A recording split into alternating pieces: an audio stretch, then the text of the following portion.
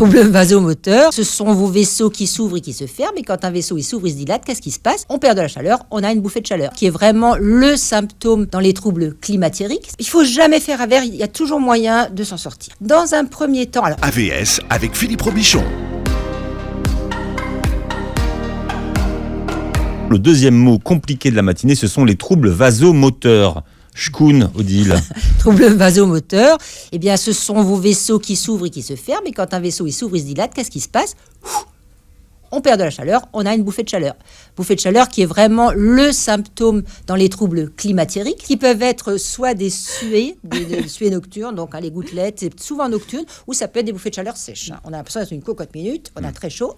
On devient rouge parfois, et puis ça disparaît. Ça touche quand même pratiquement le 3/4 des femmes, au moins en début de ménopause. Rares sont les heureux élus qui n'en ont point.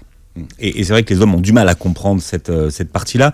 Donc comment est-ce que vous les prenez en charge efficacement, Odile? Les bouffées de chaleur. Ou pas? Ou pas. Ou faut faire avec? Ouais. Non, il faut jamais faire avec. Il y a toujours moyen de s'en sortir. Dans un premier temps, alors, d'emblée, on va dire que le traitement hormonal de la ménopause, si on en parle tout à l'heure, ça marche quasiment à tous les coups. Parce que vous n'êtes pas contre les hormones, il faut le dire. Oui, c'est-à-dire qu'il ne s'agit pas d'être pour ou contre, c'est comme pour les contraceptions, c'est à chaque femme, selon ses besoins et selon ses indications et ses contre-indications, est-ce qu'on peut proposer quelque chose, hormonal ou pas hormonal. Donc pour les bouffées de chaleur, si elles sont réfractaires à tout ce que je vais vous expliquer, le traitement hormonal de la ménopause en vient toujours à bout. Alors, on a plein de solutions avant. On a la phytothérapie, donc tout ce qui concerne les plantes. Mais attention, il y a des plantes qui sont typiquement de type œstrogénique, comme par exemple le soja.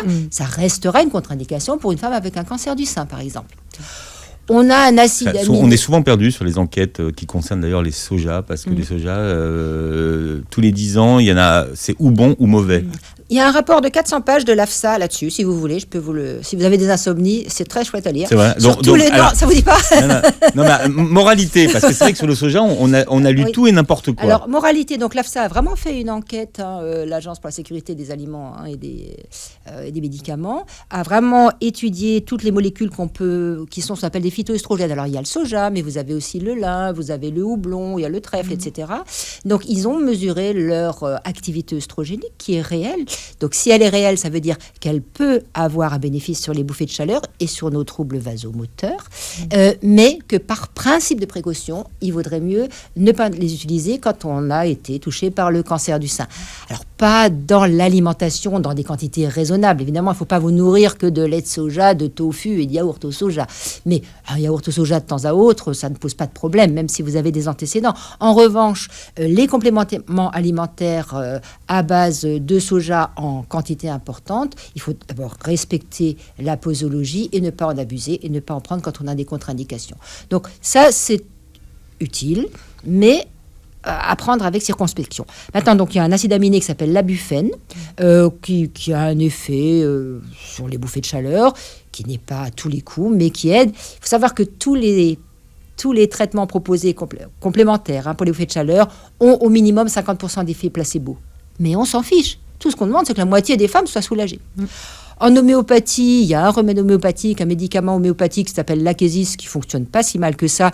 Et dans les 3 laboratoires français comme ça, vous êtes tranquille, il n'y a pas de publicité. Ils ont tous un complexe pour la ménopause. Donc ça, vous regarderez vous-même si vous voulez. L'acupuncture. L'acupuncture, c'est intéressant parce qu'une bouffée de chaleur, dans la réflexion de la médecine chinoise, c'est un excès de yang et une insuffisance de yin. Donc en acupuncture, si on renforce le yin, on va avoir un effet sur les bouffées de chaleur, mais ce sont des séances qui sont très très régulières à faire. Et puis, vous avez l'éventail. Ça coûte pas cher, ça marche. L'ouverture des fenêtres. Façon 18e, 19e. Voilà. Quand ça vous arrive en pleine nuit, racontez-moi là. Alors, pour la nuit, c'est très facile. Ouais. Vous achetez 2 couettes. Vous faites lit commun, mais couettes séparées. Un qui aura une petite couette fine et l'autre qui aura la couette épaisse. Et vous ouvrez la fenêtre. Et vous négociez tous les soirs, est-ce qu'on ouvre la fenêtre ou pas?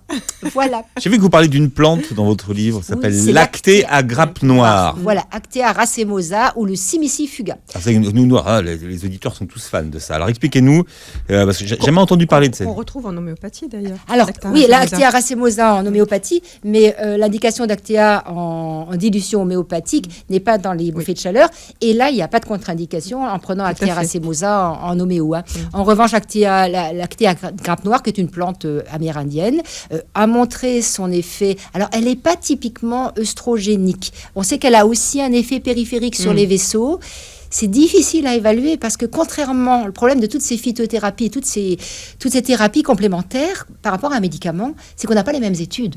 On n'a pas 2000 patientes, le traitement versus placebo. Donc on regarde l'effet traditionnel de la plante et c'est tout à fait respectable. On dit traditionnellement, c'est utilisé dans. Et donc l'Actea grappe noire, elle existe sous forme de comprimés, de décoction, de tout ce que différentes formules. Mais de là à avoir prouvé son efficacité, c'est plus difficile. Donc les femmes ont le choix entre la petite picouche chinoise ou la plante amérindienne. On peut voyager quand on a des bouffées de chaleur. Et pourquoi ces bouffées de chaleur sont-elles présentes essentiellement en début de ménopause? C'est une bonne question. Je n'ai pas la réponse. On a un dérèglement. Alors, franchement, merci d'être venu, Odile. En fait, il y a un dérèglement de notre thermostat. C'est-à-dire qu'il y a un thermostat au niveau de l'hypothalamus, là, qui est réglé sur plus ou moins 4 degrés normalement. Et en ménopause, le réglage, il est vachement plus fin. Et dès qu'il y a un petit peu de variation de température, ça va mettre en route tous les mécanismes, dont la bouffée de chaleur, d'élimination de cette chaleur. Mais on ne connaît pas tous les mécanismes des bouffées de chaleur. Et j'en veux pour preuve la chose suivante. Les bouffées de chaleur en ménopause, on en viendra toujours en bout en compensant la carence en œstrogène. Puisque la ménopause, vraiment, le fondement, c'est il n'y a plus assez d'œstrogène. Vous donnez des œstrogènes à 99% des femmes qui ont des bouffées de chaleur, elles n'auront plus de bouffées de chaleur. On se dit, la bouffée de chaleur, c'est la manque d'œstrogène. Vous prenez une jeune anorectique de 16 ans qui a des œstrogènes aussi bas qu'une femme ménopausée. Elle n'en a plus du tout, parce qu'elle n'ovule plus, elle n'a pas de graisse pour fabriquer des œstrogènes, elle n'a pas de bouffée de chaleur.